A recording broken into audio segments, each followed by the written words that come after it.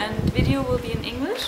And we have a very special guest today, and it's a big honor for us to introduce Dr. Wendy Rudell, who we met by coincidence. It's a great coincidence here in Vilcabamba. She's a naturopathic doctor and author of this wonderful book, Raw Transformation, that has like thousands wonderful raw recipes. And yes, why don't you just tell us a little bit about your work and about your love to raw foods? Okay. Well, I started on this journey many years ago, and having grown up in the West Indies, I lived a very healthy sort of outdoor life and very much a part of nature. So it was very easy for me to embrace this type of a lifestyle and this type of way of eating. So in my early 20s, I started this journey and started with a lot of cleansing and detoxifying, and then just gradually moving to incorporate more and more raw foods into my own lifestyle because I felt so good on them. Yeah. So when did you write this book? I wrote that book about 3.5 years ago in Mexico. And it was a book that I dedicated to the guests at the Optimum Health Institute in San Diego. This is where I worked for many years, and ran a program where I was teaching people how to make gourmet raw foods, so that when they went through this cleansing detox program that the Optimum Health Institute promotes, that they could go home and not feel as though they were being deprived of similar foods that people would eat that were cooked.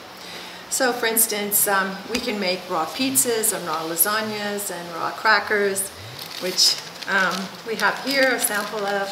So these are raw crackers made from flaxseed and vegetables that are blended together and then dehydrated. So what would you recommend to someone who is transitioning to a raw food diet? So I think for someone transitioning, I think we really have to assess what kind of diet they are eating right now, presently, and make small steps towards moving towards more raw foods. If someone tries to do,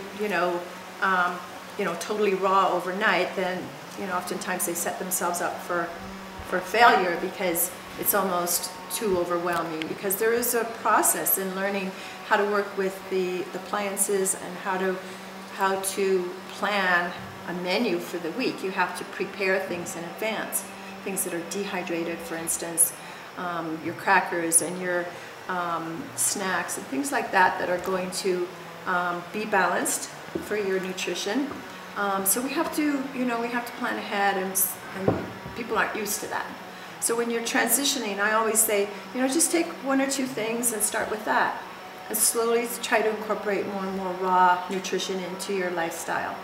And if we can get to even 60% raw or 80% raw, ideally 80% raw, then we're doing amazing. We're giving our bodies, what they need to self-regenerate, to stay young and healthy and vibrant. Yeah, that's wonderful. So on the market there are so many different diets. Also in the raw food scene there are many different directions. What can you recommend for people who are really confused? Should I eat more fats? Should I eat more fruits? How do they? I think with that, because everybody is an individual and everybody is different, it's a wonderful tool for me to help answer those questions for each individual. Because everybody has a different dosha type, and this is an ayurvedic principle. Ayurveda medicine's been around for thousands of years, and it's basically based on the principles that we have 3 different kinds of constitutions. We have vata types, we have kapha, and we have pitta types. And each type needs different types of foods in order to stay balanced in their primary dosha. So for instance, vata types, which are usually people that are usually taller and slender, their system runs very cool and very dry.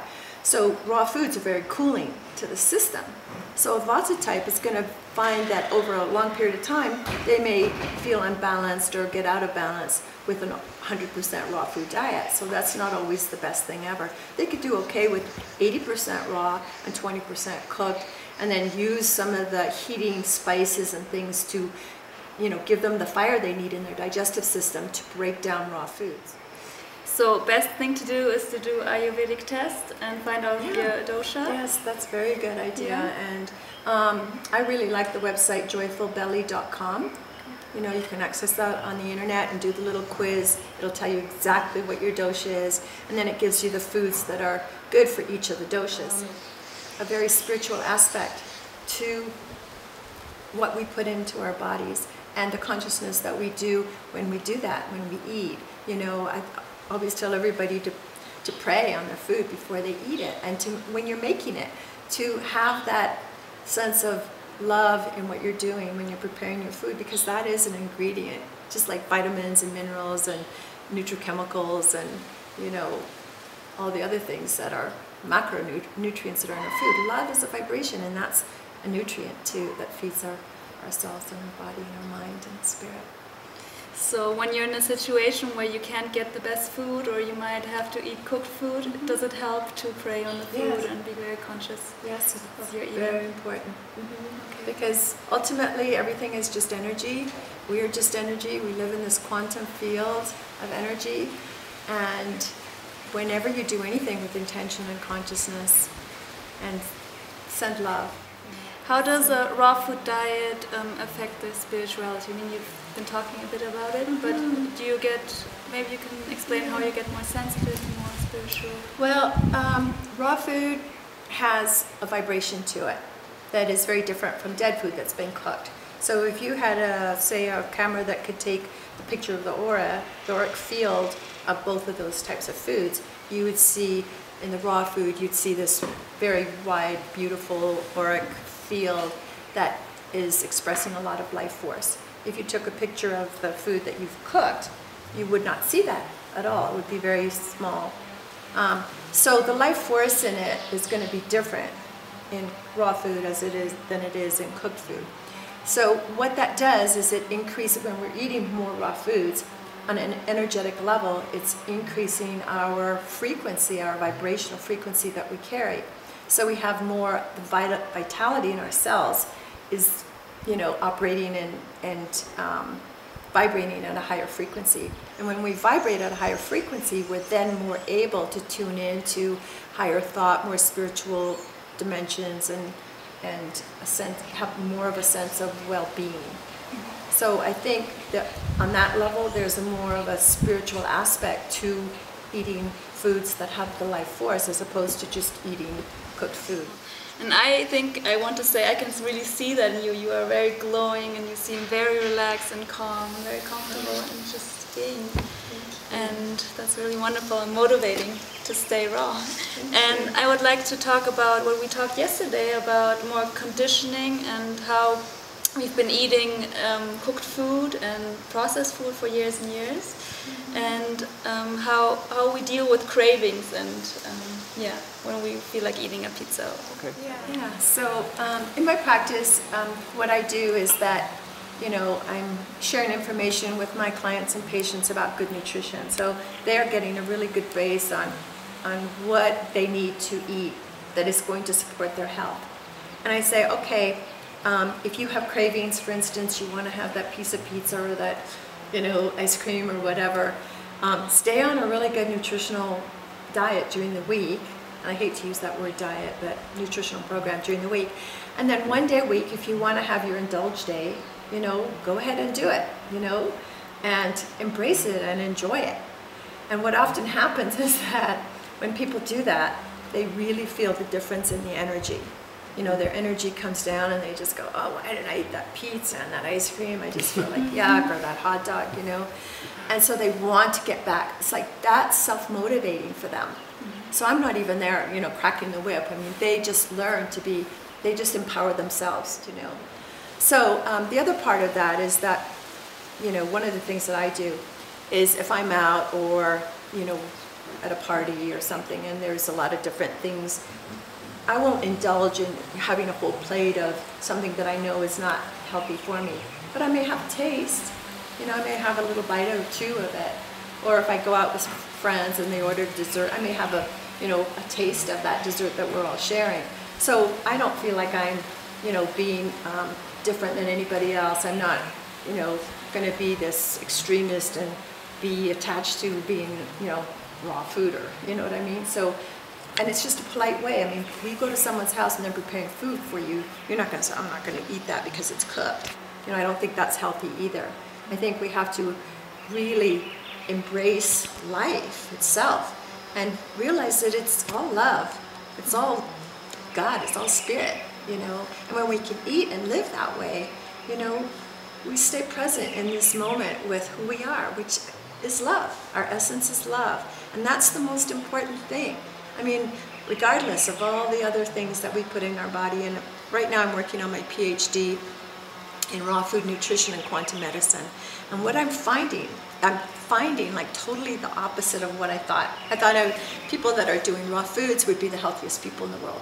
Well, that's not true. That's what I'm finding in my research. So what I'm finding is that 50% of health is our consciousness, is our attitude.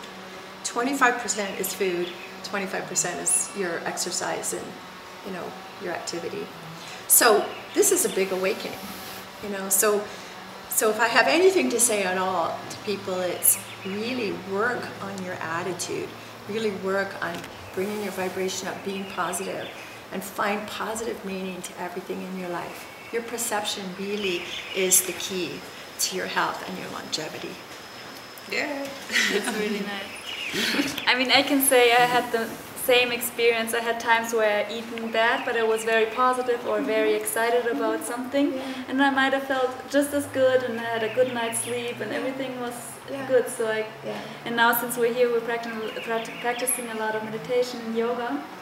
So it doesn't matter so much, but still I think that if you want to transition to a more energizing and more spiritual life, it does help to eat raw food. Yes, yes. We are part of God, and God is love. So your essence is love.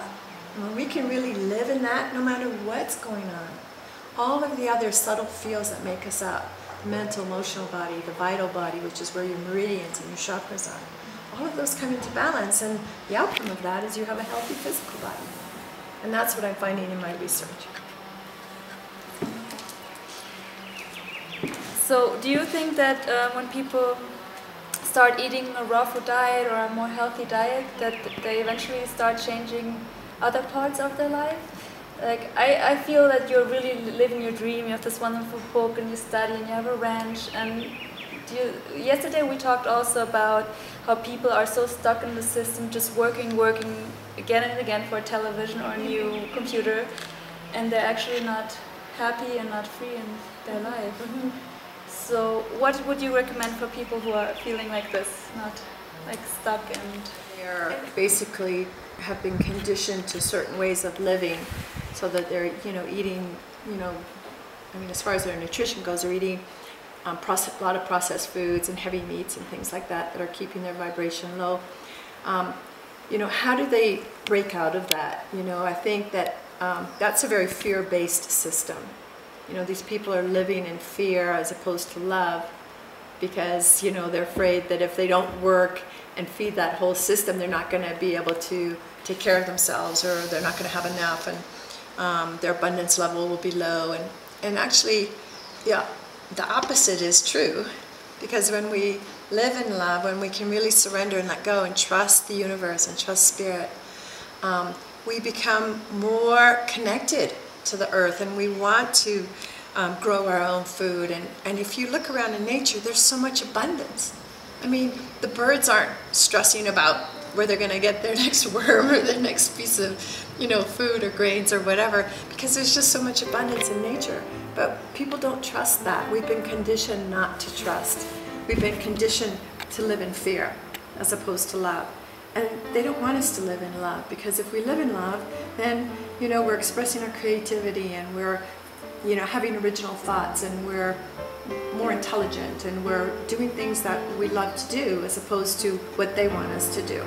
And so, you know, this is all part of waking up to who you really are, which is an expression of divine spirit.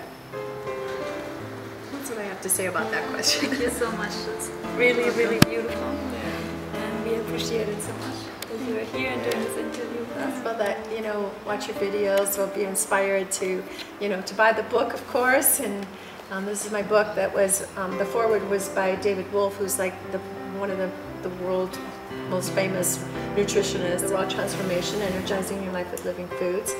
And it's my passion and my love to share information. So, you know, feel free if you want to come to my website too. It's wendyrudell.com. And yeah. Thank you so much, and I can definitely recommend it. The recipes are wonderful and delicious. Okay, So, thank you. Thank you, and see you soon.